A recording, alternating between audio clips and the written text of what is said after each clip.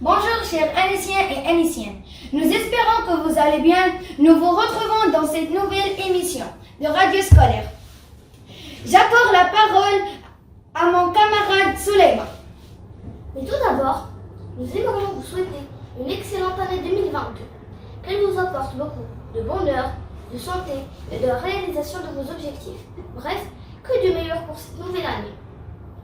Aujourd'hui, nous allons parler du petit déjeuner, le repas le plus important de la journée, mais qui est malheureusement négligé par plusieurs parmi nous. Je donne la parole à mon ami Hiba. Le petit déjeuner est notre santé. C'est très simple de ne plus avoir raté son petit déjeuner. Vous en avez marre d'entendre à quel point le petit déjeuner est le repas le plus important de la journée.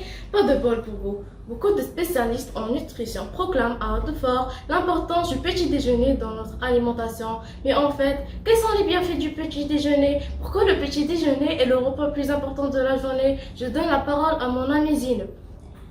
Ainsi, le petit déjeuner peut se manifester par un état de fatigue ou encore des troubles de la concentration. J'accorde la parole à mon ami Hiba.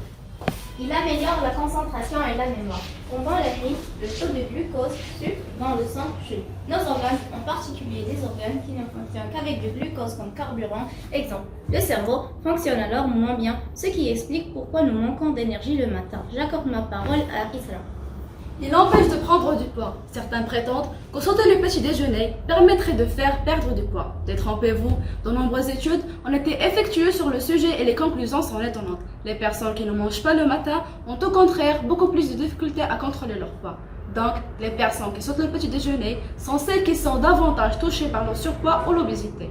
Ces résultats expliqueraient entre autres le fait qu'en n'ayant pas assourvi leur faim matinale, ces personnes seraient plus portées à grignoter ou consommer plus de repas plus riches en gloire pour compenser le faim au prochain repas. J'accorde ma parole à mon ami Reda.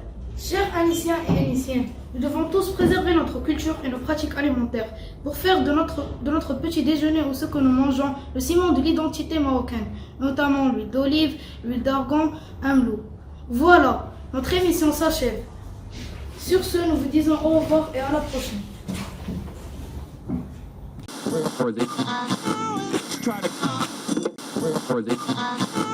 Try to